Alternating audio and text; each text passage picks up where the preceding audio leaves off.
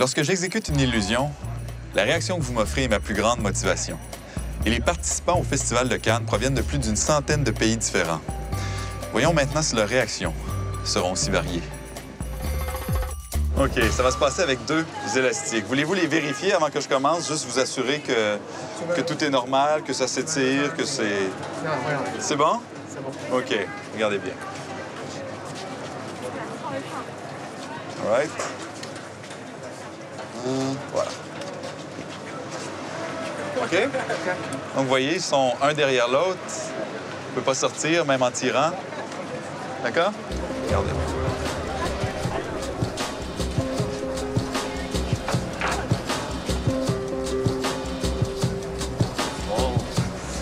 Wow! Cela fait 7 ans qu'il a commencé à marquer le monde de la magie. Luc Langevin, québécois de 32 ans, parcourt les rues, les plateaux télé et les scènes canadiennes pour faire découvrir au public et aux personnalités son univers. Ryan, il y a seulement 10% des images captées par nos yeux qui sont perçues par notre cerveau. Donc, c'est pas parce que ça se produit sous nos yeux qu'on le voit. Si je fais ça, Ryan, tu m'as vu lancer ta bague dans ma main, n'est-ce pas? C'est pas ce que j'ai fait. Ce que j'ai fait, c'est échanger ta bague pour la tomate qui était là il y a un instant. Si je peux devenir un artiste unique, un artiste reconnu mondialement qui fait quelque chose qui est unique. Que si quelqu'un d'autre fait la même chose, automatiquement, on lui dit « Ah, bien, tu fais comme Langevin ». Parce qu'il y a certains artistes qui ont marqué leur époque comme ça. Donc maintenant, c'est ce que je vise, de devenir un des plus grands sur la planète, d'être connu mondialement, parce que je crois que c'est là où on a l'opportunité de marquer l'histoire, d'apporter quelque chose à l'histoire de la magie, dans mon cas. Pas de baguette magique ni de lapin pour cet illusionniste des temps modernes. C'est un style nouveau que Luc Langevin travaille au quotidien, avec un objectif, devenir la star internationale de la magie. J'ai adoré. Bon, ça reste un mystère, hein, mais bravo. Merci, bravo. Ryan.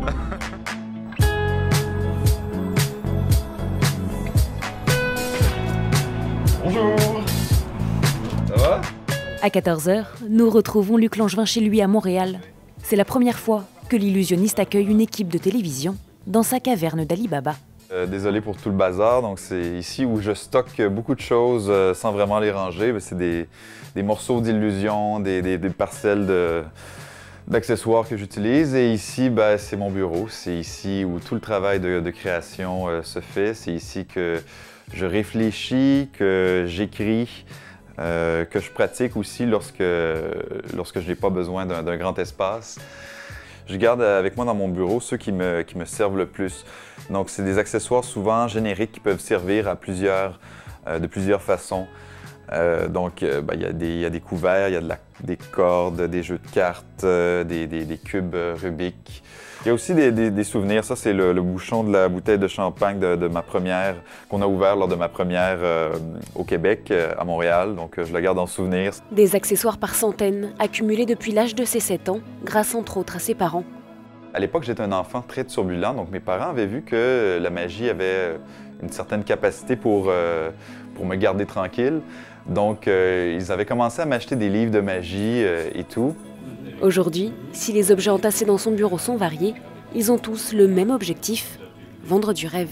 Un illusionniste, d'abord, son travail, c'est d'émerveiller les gens. C'est de leur faire vivre une sensation qu'on vit au quotidien lorsqu'on est enfant, lorsqu'on découvre le monde qui nous entoure, mais qu'on vit de moins en moins en vieillissant. Et le rôle de l'illusionnisme, c'est justement de faire revivre cette sensation-là.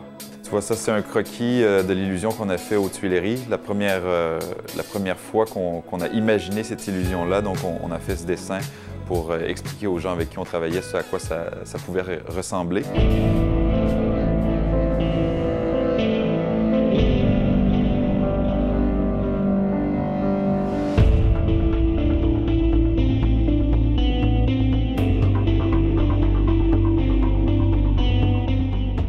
J'ai confiance que la magie, c'est quelque chose d'universel. Donc, si on fait léviter une pomme, peu importe où on se trouve sur la planète, je pense qu'on est impressionné de voir ça. Mais tout est dans la présentation, dans l'interaction que j'ai avec les gens, dans l'approche que j'ai de la magie.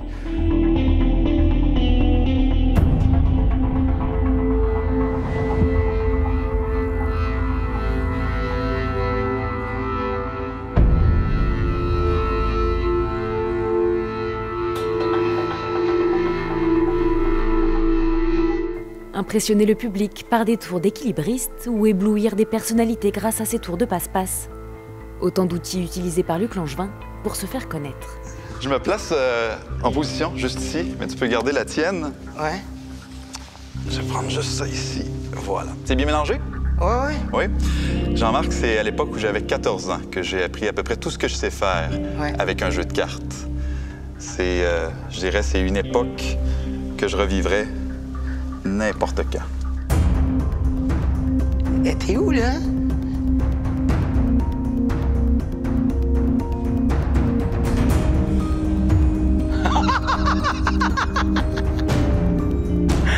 Hey, t'étais pas mal plus beau! Wow! J'aimerais reprendre mon jeu, s'il vous plaît. Merci. De quoi tu parles? Hey, on est où ici, là? Aïe, aïe! Ah, là, j'ai chaud, là. Jean-Marc Généreux, Ryan Bensetti et même Patrick Bruel sont devenus de véritables admirateurs. Pourtant, il y a 7 ans, à son arrivée à Montréal, le jeune scientifique parcourait les rues avec quelques tours de magie en poche pour impressionner les passants. C'est finalement grâce à la télévision que sa vie bascule. On se rend dans les bureaux d'une boîte de production qui s'appelle Téléfiction, qui est la boîte de production qui a fait toute une différence dans ma vie. C'est là où ma carrière a commencé, c'est là où je suis devenu magicien à temps plein. Comme par magie, c'est le titre de l'émission qui sort Luc Langevin de l'anonymat. Il faut dire qu'à l'époque, j'essayais de faire ma place dans la magie, donc j'ai commencé dans la rue. Donc je faisais de la magie dans la rue et je passais le chapeau ensuite.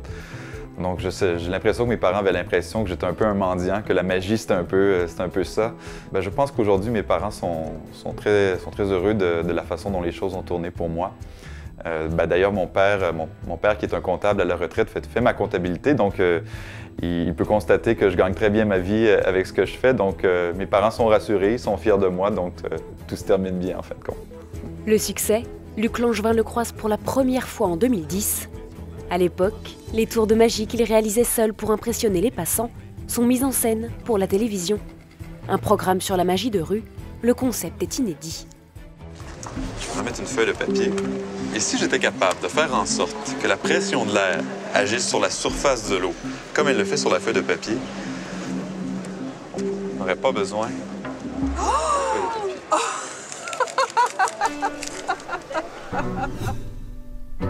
Voilà. C'est ici que tout a commencé. Je me rappelle encore, moi j'étais assis juste là avec les autres magiciens en ligne. On attendait pour passer notre audition. Ça n'a pas beaucoup changé. Ça a changé un peu, mais pas tellement. Évidemment, à l'époque, il n'y avait pas mon visage sur les murs. Si j'arrive à me rappeler du code. Et voilà. De toute façon, lorsqu'on est magicien, un code, bof, ça ne nous arrête pas. C'est la salle où l'audition a eu lieu. Je me rappelle, j'étais juste ici et il y avait tous les membres du conseil qui jugeaient de la performance. Et donc, j'avais un trac fou. Alors, ce jour-là, on avait des figures imposées, c'est-à-dire que tous les magiciens, on devait réaliser 3 numéros. Un numéro avec une pièce de 25 cents qu'ils nous fournissaient pour être certain qu'elle n'était pas truquée. Donc, c'est une pièce de monnaie très courante ici. J'espère le réussir, hein? Comme je vous dis, ça fait des années que je n'ai pas fait ce tour-là. Une pièce de 25 cents. Habituellement, je faisais signer la pièce sur la face pour qu'on puisse bien la reconnaître. Donc, Jean-Jacques, je ne sais pas si tu veux peut-être juste mettre une marque ou quelque chose sur la pièce des deux côtés pour qu'on puisse, pour qu'on puisse la reconnaître. Bon, c'est le moment fatidique. OK, attention. Canette normale, une pièce normale.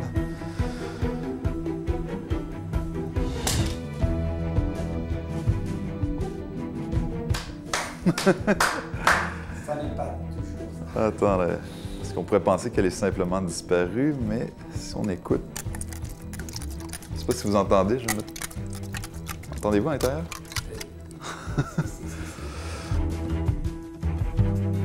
3 minutes sont nécessaires à la réalisation de ce tour. Une illusion improvisée il y a 7 ans qui fait toujours son effet. Ça passe tout juste, je crois. Et là, voilà.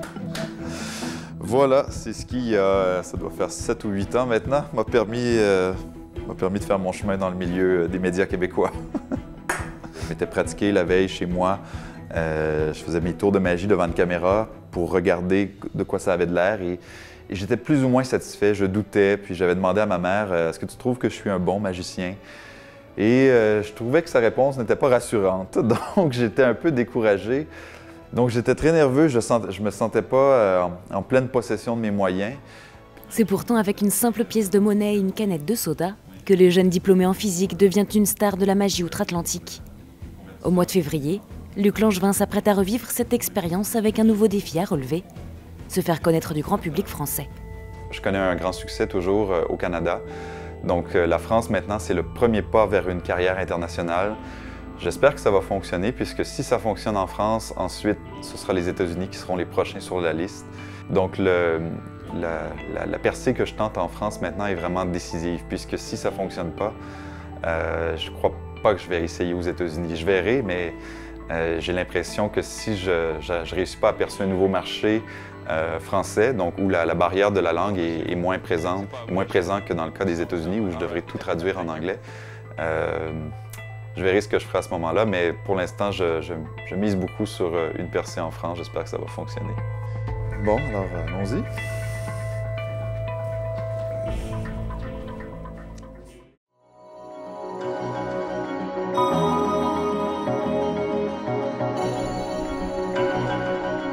Nous allons à Brossard, qui est une ville en banlieue de Montréal où je donne une représentation ce soir. Donc d'ailleurs, c'est notre dernière représentation à Brossard. On en a fait plusieurs durant la tournée. On en a fait au moins une trentaine, je pense. Donc ça va être une soirée un peu spéciale pour ça.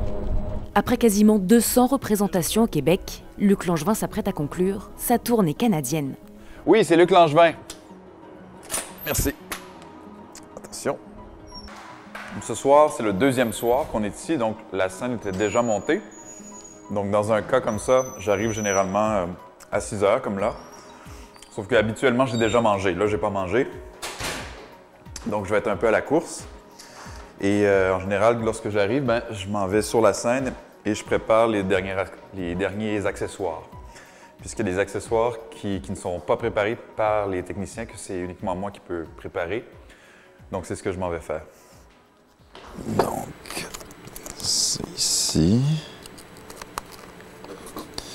Alors, je ne peux pas tout vous montrer par contre. Ce sont tous des accessoires faits sur mesure. On n'a rien trouvé dans le magasin de meubles du coin ici. Ce sont tous des objets qu'on a fait faire particulièrement pour chacun des tours. Donc autant la table, la chaise, la patère. Tout ça est fait de façon à pouvoir faire les différentes illusions que je fais grâce à eux. Par exemple, ça c'est la balle que je lance dans la foule pour un des numéros.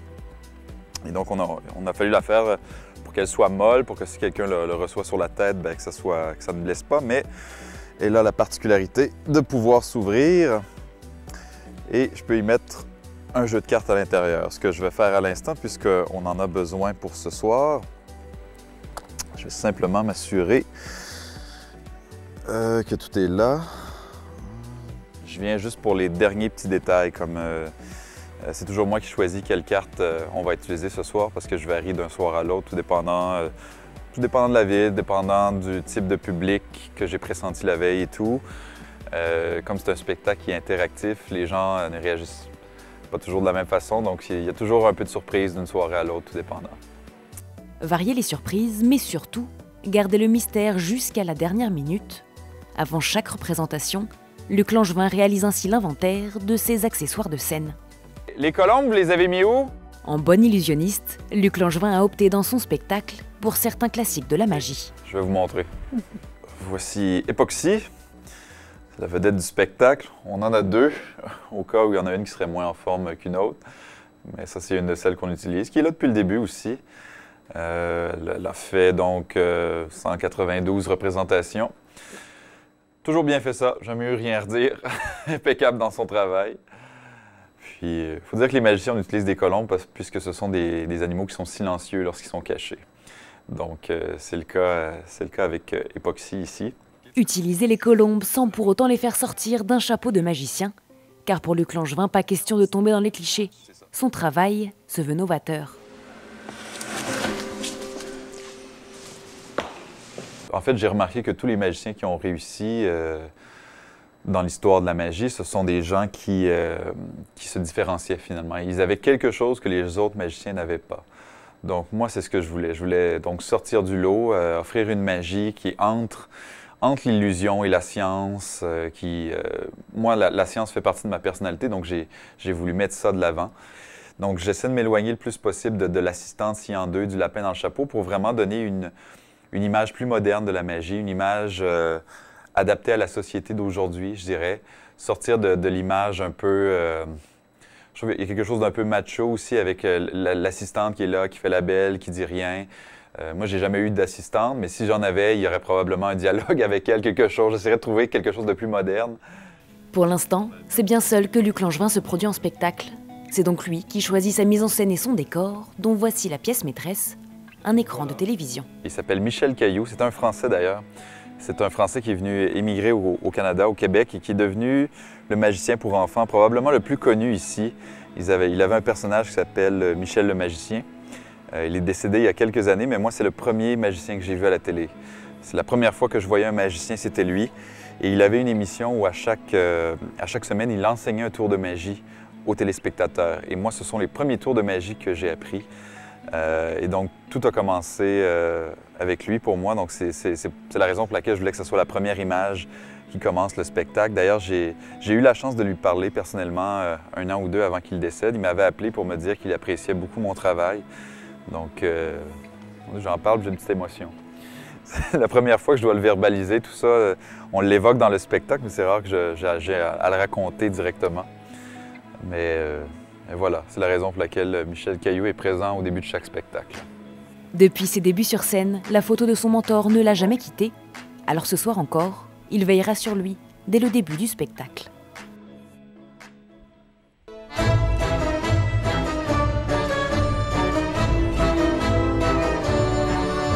Il est 20h lorsque le public fait son entrée dans la salle. Une nouvelle fois ce soir, Luc Langevin fait salle comble avec son spectacle réellement sur scène. Près de 1000 personnes sont venues se faire envoûter par sa magie.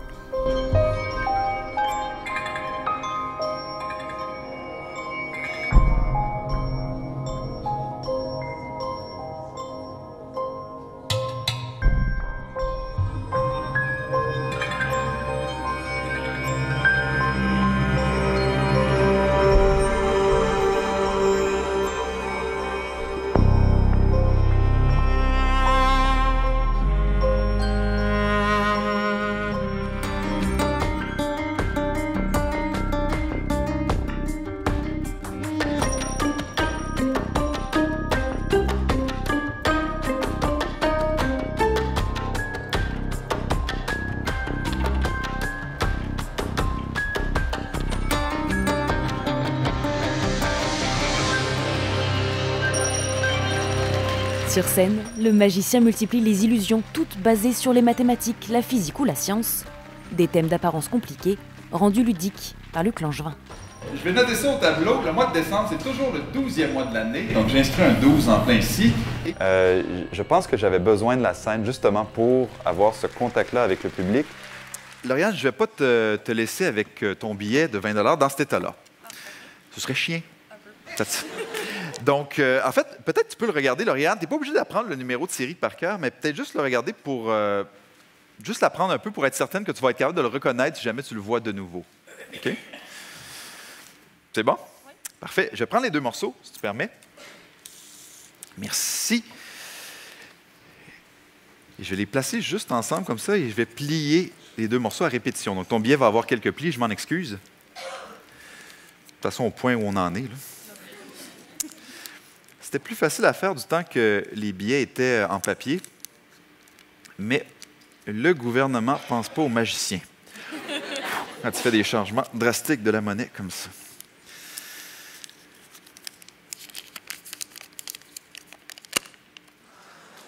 Prends ça, Lauriane. Et regarde le numéro de série. C'est le même numéro de série. C'est le même numéro de série.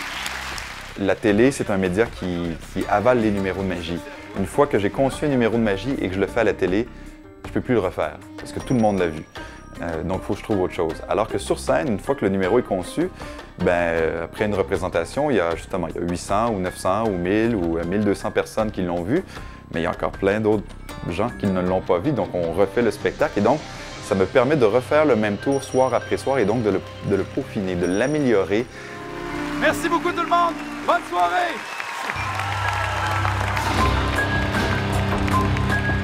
Un spectacle interactif pour être sûr de marquer les esprits. Après chaque représentation, Luc Langevin se plie au même exercice, partir à la rencontre des spectateurs, un public souvent familial. Je m'en vais dans une séance de dédicace. Donc, je signe des autographes pour ceux qui en désirent. Je prends des photos avec les gens qui en désirent aussi. Je réponds à leurs questions lorsque je peux ou j'évite les réponses, ça dépend. C'est comme ça après chaque spectacle? Après chaque spectacle, depuis 2 ans, sans exception. Je trouve ça important, puis c'est un moyen pour moi aussi d'avoir un retour par rapport au spectacle. Je leur demande souvent quels sont les numéros qui sont le plus appréciés. Donc ça me permet de tâter le pouls du public un peu. Bonsoir! Allô? Ça va bien? Oui. Oui, vous avez aimé votre soirée? Oui. Je vais écouter vos émissions comme par magie. C'est vrai, puis t'aimes ça? Ouais. Ah, ben merci, t'as beaucoup de goût. T'as beaucoup de Simon. Certains demandent un tour de magie. Je le fais pas toujours, ça dépend. Ça dépend s'il y a beaucoup de gens, si j'ai le temps. La plupart demandent un autographe, évidemment. Qu'est-ce que je peux faire pour toi? Je le sais. Je m'en doutais, je vais t'avouer. Je voulais voir si tu suivais. Comment tu t'appelles? Alexandre. Alexandre, oui. Je vais écrire pour Alex. C'est bon, t'as amené un crayon de la bonne couleur. Tu veux voir un tour de magie avec le jeu de cartes, Alex? Vas-y. On n'est pas obligé non plus, hein, si tu veux pas. Donc, tu connais le jeu. Donc, je vais te laisser cette carte-là pour tout de suite. Je vais te laisser en choisir une, celle que tu veux. C'est bon, regarde-la, montre-moi la pas surtout. OK. Je vais te laisser la remettre, disons, ici. C'est pas vraiment important. Je vais placer les autres cartes par-dessus. Donc, t'oublies pas la carte. OK, c'est important, sinon c'est moins spectaculaire quand je la retrouve. OK? Tu veux que je mélange les cartes ou je les laisse comme ça? Je les laisse comme ça? OK. Je vais retourner la carte du dessus. Ça devrait pas être ta carte à moins d'un miracle. 5 de carreau, c'est pas ta carte? Non? Tends-moi ta main comme ça, vers le haut. Je vais placer 5 de carreau juste ici. Et attention.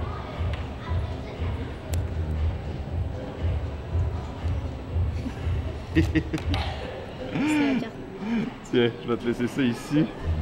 Ils ont des questions aussi, des questions du genre, est-ce que le tour avec les nombres, c'est toujours les mêmes chiffres d'un soir à l'autre? Est-ce que c'est toujours le roi de pique ou le 6 de pique qui est choisi? Le genre de questions qu'on peut se poser par rapport au spectacle. Par rapport au tour, je réponds parfois de façon évasive. Mais parfois, je leur donne la vraie réponse, mais les gens ne savent jamais si je dis la vérité ou si c'est de l'illusion encore là. Donc, j'aime être sur la ligne comme ça. Je me considère privilégié que les gens veuillent une signature de moi et que ce ne soit pas sur un chèque. Que ce soit vraiment... Je me considère privilégié de la vie et j'apprécie ces moments-là avec les gens. Ça va bien? Oui, t'as-tu aimé le spectacle? Yes! Comment tu t'appelles? William, c'est vrai! Quel numéro t'as aimé le plus, William? Si le magicien a déjà réalisé près de 200 représentations, le public ne se lasse pas et répond toujours présent. Pourtant ce soir, à la fin du spectacle, Luc Langevin doit déjà penser à son nouveau défi. Dans les semaines à venir, il devra tisser un lien avec le public français. Il me reste quelques représentations au spectacle à l'heure où je vous parle, donc il reste peut-être maximum une dizaine de dates. Et dans les prochaines dates, moi je vais faire mes ajustements au niveau du texte. Donc il y a des mots que je n'utiliserai pas en France pour que les gens comprennent. Les expressions québécoises aussi que je change pour d'autres expressions. Il y a des références aussi que je vais changer, comme ce que je vous expliquais avec Michel Caillou, le magicien de mon enfance. Ici, il est connu, donc les gens savent de qui je parle lorsque j'en parle, ce qui n'est pas le cas en France, donc je vais changer le texte un peu autour de ça aussi. Donc toutes ces modifications-là, on va les installer au cours des prochaines représentations. On va mettre une entracte aussi dans les dernières représentations, ce qu'on n'a jamais fait avant, pour voir comment ça change le rythme du spectacle. Il reste quelques jours à Luc Langevin pour être prêt à monter sur une scène française. Le 10 février, l'illusionniste importera ses colombes et sa magie au Casino de Paris.